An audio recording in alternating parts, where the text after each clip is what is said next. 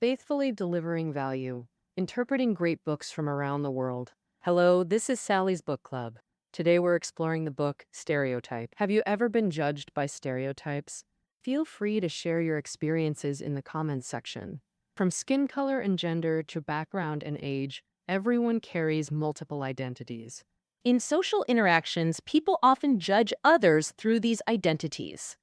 For instance, many believe Black people are less intelligent than white people, women perform worse in math than men, and young doctors are less skilled than older ones. These views aren't based on actual performance, but are preconceived stereotypes tied to identity.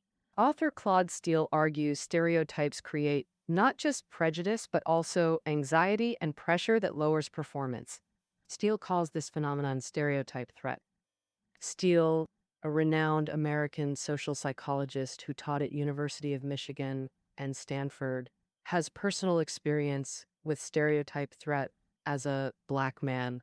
During his college years in the 1960s, severe racial discrimination caused him intense anxiety and pressure. He feared asking questions, avoided classmates, constantly worried about others' perceptions, and his grades suffered. Fortunately, with a teacher's help, Steele eventually overcame this negative state. Later in his career, studying Black students' performance, Steele found they consistently scored lower than white peers. This pattern existed across all universities and majors, with many proposed explanations. While some attributed it to cultural factors or lack of motivation, Steele's experiments proved stereotype threat was the key cause. Steele also found stereotype threat exists widely across different fields. Anyone who cares about their performance can underachieve due to stereotype threat. Today's book, Stereotype, presents Steele's comprehensive research overview. This 150,000-word book spans 11 chapters, examining stereotype threats, manifestations, and mechanisms through Black students' experiences while proposing solutions to maximize true potential. After publication, this book received a recommendation from Bill Gates and made it onto the required reading list for Ivy League schools in the U.S. Next, I'll break down the main content of the book for you into two parts. First, how harmful is stereotype threat? Second, how can we eliminate stereotype threat? Let's start with the first part. How harmful is stereotype threat? The author demonstrates through a series of experiments that stereotypes cause people to underperform. In one experiment, the author recruited Black and white students at Stanford University to take a challenging verbal test. The author divided the students into two groups. The first group took the test directly. They were the stereotype threat group. The author noted that without extra instructions, students would assume the test was an intelligence evaluation. Black students naturally worried that poor performance would confirm intellectual biases against Black people. So, in the second group, the author told students the test wasn't for assessing intelligence, but to help identify academic weaknesses for support. This freed Black students from stereotype influence, so they didn't fear confirming biases with low scores. They were the no-risk group. Admission to Stanford showed all students, white or Black, had strong academic records and similar intelligence. However, test results revealed white students in the stereotype threat group performed much better than Black students. In a 30-question test, white students averaged 4 more correct answers than Black students. But in the no-risk group, Black students' scores improved greatly, matching white students and significantly exceeding the stereotype group. In another experiment, the author studied how stereotypes affect female students' math performance. He recruited male and female students with top math skills. Their admission ranks were in the top 15%, and calculus grades were B or higher. The author had them take a difficult math test. Similar to the Black student experiment, students were split into two groups. The stereotype threat group took the math test directly. In the no-risk group, the author told female students, "You might have heard women score lower than men on tough math tests, but our questions are specially designed, so scores are similar, freeing them from stereotypes." They believe that even if they perform poorly, it's not because of being female, just that their personal math skills need improvement. Just like in the Black student experiment, female students in the stereotype threat group scored lower than males. But in the no-risk group, female students' scores improved significantly, matching the males' performance. These two experiments show stereotypes indeed reduce people's performance. The author conducted many other experiments, finding stereotype threat affects diverse areas, from math and verbal skills to memory and sports, causing underperformance. How exactly does it affect performance? The author argues stereotypes create identity-based anxiety. Identity is everyone's label, and people face differential treatment because of specific identities. For example, in 1950s Chicago, Black children could only use public pools on Wednesdays. The author calls this situation identity contingencies, where stereotypes are one form. Whether skin color or gender, identities are hard to change. People worry that poor performance will confirm external biases about their identity, making them feel perpetually inferior with no chance to succeed. Naturally, this causes anxiety. Arterial blood pressure is a key physiological indicator for measuring anxiety levels. And by measuring arterial blood pressure, the author found stereotypes significantly increase anxiety. In one experiment, the author had Black and white students take a challenging verbal test. As before, the stereotype threat group was told the test evaluated intelligence. For the no-risk group, while also saying the test assessed intelligence, the author emphasized scores weren't related to race. During testing, the author and colleagues measured students' arterial blood pressure. Results showed no-risk groups, Black and white students, had steadily decreasing blood pressure from test start to midpoint. Stereotype threat groups, white students followed this trend, but Black students had immediate blood pressure spikes, showing higher anxiety that causes distracting thoughts when performing. For stereotype threat group students, they might try to refute it. He tells himself stereotypes aren't true while worrying about the consequences of poor performance. When facing difficult tasks, intense focus is crucial. Once distracted by intrusive thoughts, losing concentration on the task itself leads to underperformance. Some researchers studied how stereotypes affect the brain. Researchers recruited 28 students with outstanding math abilities. These high-achieving female students took a challenging math test. The women were divided into stereotype threat and no-risk groups. Using functional magnetic resonance imaging, fMRI, technology, researchers found the no-risk group's brain activity during testing occurred in neural networks related to mathematical learning. This indicates they were focused on problem solving, but in the stereotype threat group, these neural networks weren't active. The most active brain regions were those handling social and emotional processing. Researchers concluded the stereotype group focused on worrying about confirming stereotypes, distracting them from problem solving, and causing poor performance. The author further notes, identity anxiety not only impairs focus, but reduces flexibility, causing overly rigid studying that lowers performance. The author gives an example. Black college students in the U.S. have different study methods than Asian or white students. The Asian students typically study and do homework collectively after class, discussing course concepts. When someone struggles with a problem, others provide help.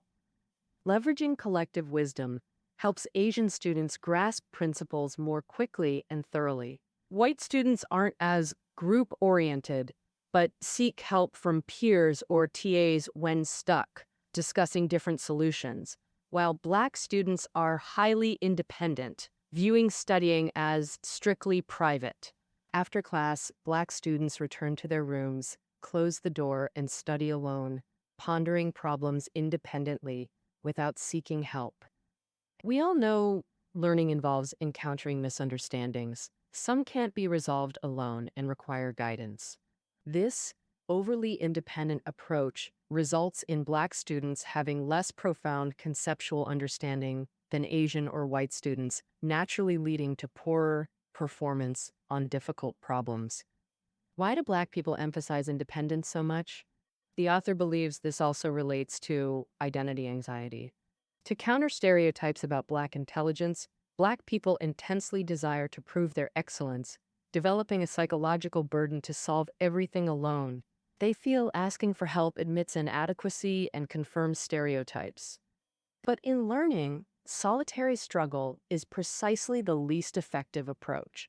So far, we've covered stereotype threats, manifestations, and impact mechanisms. The author also found that stereotypes don't automatically create stereotype threat. Stereotype threat requires specific conditions to trigger identity anxiety and underperformance. So, There are three main conditions. First, the task must be sufficiently difficult. the verbal tests for Black students and math tests for women, mentioned earlier, were inherently challenging. If the task is simple, individuals believe they can handle it easily. Then they don't feel anxious about failure.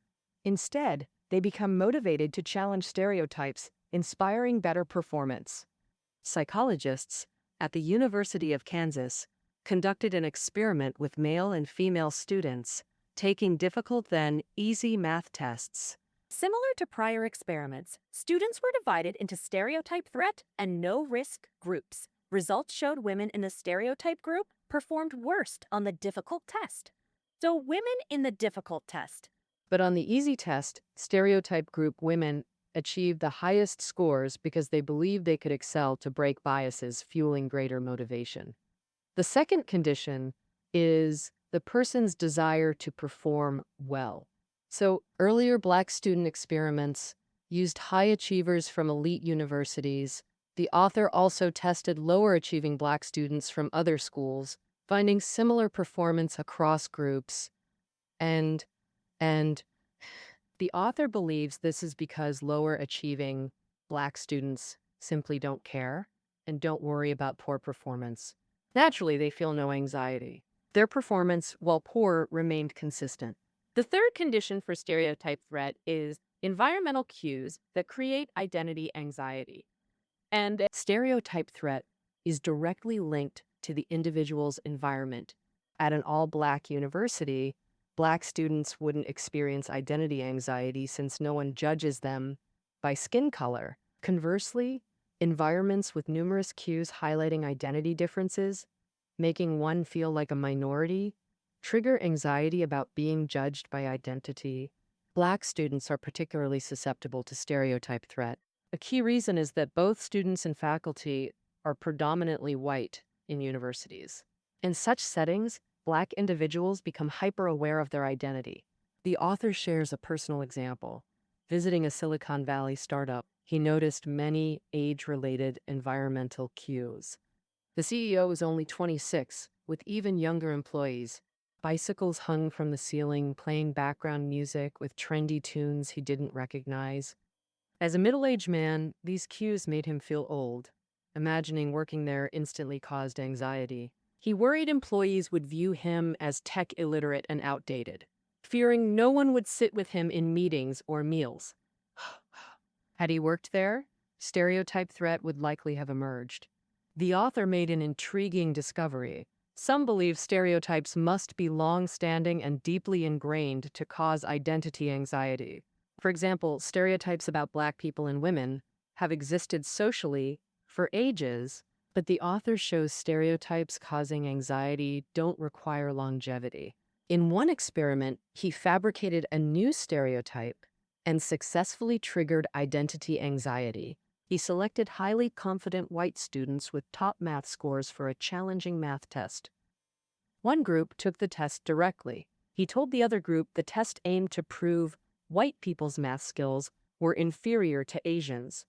Thus, these white students faced a situation similar to the women, except the stereotype about women was long-standing, while American society never had stereotypes about white people's math abilities. Moreover, the author selected top Stanford students who were least likely to doubt their math skills. Results showed the stereotype primed white students averaged 3 more errors than the control group, demonstrating stereotype impact. direction doesn't matter. All right, moving on. To summarize part 1, stereotypes create identity-based anxiety, making people fear confirming stereotypes through poor performance. This anxiety causes distracting thoughts, impairs focus, and leads to counterproductive overcompensation, all undermining performance. Stereotype threat requires three conditions to emerge. First, the task must be sufficiently difficult.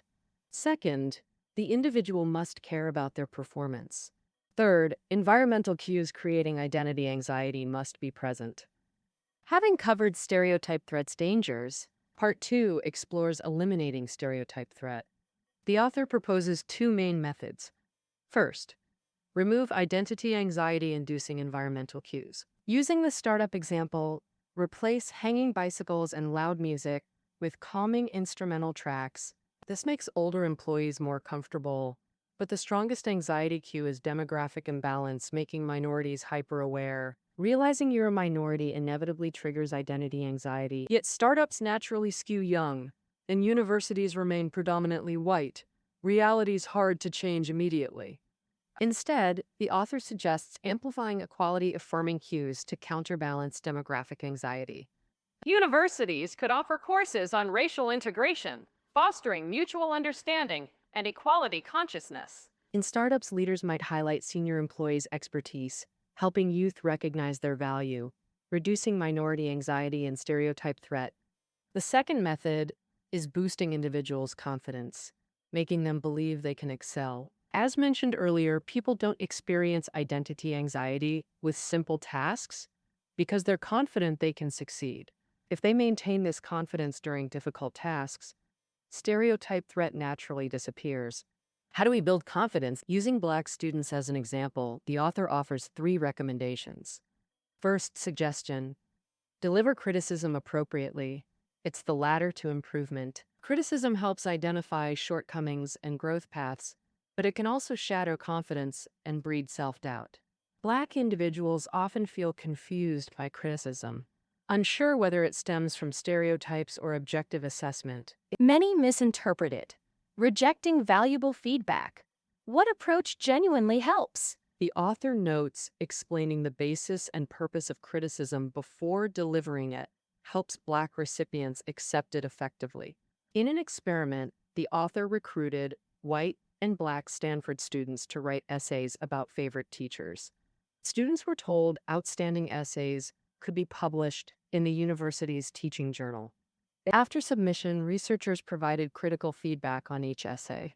Three feedback methods were tested. First, neutral delivery of shortcomings. Second, starting with praise before addressing flaws. Third, explaining essays met high standards with publication potential, with feedback aimed at reaching that level. Students received different feedback types. Then researchers measured acceptance and revision motivation. All three methods worked for white students, who revised enthusiastically. But for Black students, only the third approach was effective. The other methods felt potentially biased to Black students, who showed low revision motivation. The author attributes this to the third method, clearly stating the criticism's basis and intent. He helped Black students understand this feedback had concrete basis, aimed at helping them achieve their goals, not biased fault-finding. This boosts their confidence, making them believe their performance is already solid. By revising based on this feedback, they can achieve even better results. Thus, they feel motivated to revise. The second confidence-building suggestion is cultivating a growth mindset. As mentioned, identity anxiety involves fearing poor performance, confirms stereotypes, making recovery impossible. This implies performance depends on unchangeable innate abilities, judging one's entire potential by single outcomes. This is called a fixed mindset in psychology. The alternative is a growth mindset. A growth mindset believes abilities aren't fixed, whether math, language, or sports, all improvable through learning. Sally's book club previously covered Mindset, The New Psychology of Success, a seminal work on growth mindset. From a growth mindset perspective, one poor performance doesn't define future potential. We can learn from failures and perform better next time. With this confidence, stereotype threat naturally diminishes. Growth mindset significantly improves Black students' academic performance. Researchers at Stanford conducted an experiment where Black students wrote letters to elementary pupils promoting growth mindset. Before writing, they studied growth mindset materials. The process deepened their understanding. Researchers found after adopting growth mindset, these Black students' academic scores improved by 1/3. Beyond direct learning, drawing from others' experiences also shifts people from fixed to growth mindset. Stanford psychologist Greg Walton conducted an experiment. Black freshmen received reports from seniors reflecting on college life. These reports revealed seniors faced similar struggles, confusion, setbacks, lack of belonging upon entering college. But over time, they learned to leverage university resources, discovered strengths, made friends, and ultimately found belonging. The whole report made freshmen feel their struggles were normal, temporary, and that continuous exploration would lead to a bright future. This also represents a growth mindset, boosting students' confidence. Walton also established a control group where Black participants read a political survey report. Walton found Black students who read senior reflections performed better than the control group. Their subsequent academic scores were 1/3 higher. The third confidence-building suggestion is practicing self-affirmation. When people affirm their abilities and worth, they become more confident. Even facing setbacks, they view them as surmountable challenges rather than total personal failure. With this mindset, stereotypes won't affect them. Researchers found simple self-affirmation exercises yield significant results. In racially integrated schools, researchers conducted an experiment with 7th graders. Before the new semester, half the students wrote about 2 to 3 deeply valued things: family, friendships, faith, with explanations. This self-affirmation exercise helped students understand their core values beyond race or gender, reducing focus on external judgment while enhancing self-development. The other half, control group, wrote about unimportant things. After school started, students repeated the task several times. Self-affirmation, nuanced observations slightly improved white student scores, less impactful since they lacked identity anxiety and had higher baseline confidence. But for Black students, the effect was dramatic. Surveys showed self-affirmation reduced Black students' identity anxiety. Within weeks, their scores improved significantly, narrowing the white-Black achievement gap by 40%. Meanwhile, control group Black students' scores declined throughout the semester, widening the gap. Researchers note that under stereotype threat, control group Black students underperform more easily. When facing setbacks, they interpret it as confirming stereotypes about Black intellectual inferiority, leading to demotivation and declining performance, a vicious cycle, despite self-affirmation's significant effects. Researchers also emphasize these effects are conditional. First, schools must have adequate resources to support Black students' improvement. And if resources are insufficient, no mindset change can automatically improve grades. Second, self-affirmation has minimal impact in demographically homogeneous schools. At all Black schools where stereotype threat doesn't exist, self-affirmation naturally offers little benefit. To summarize part 2, eliminating stereotype threat involves 2 approaches.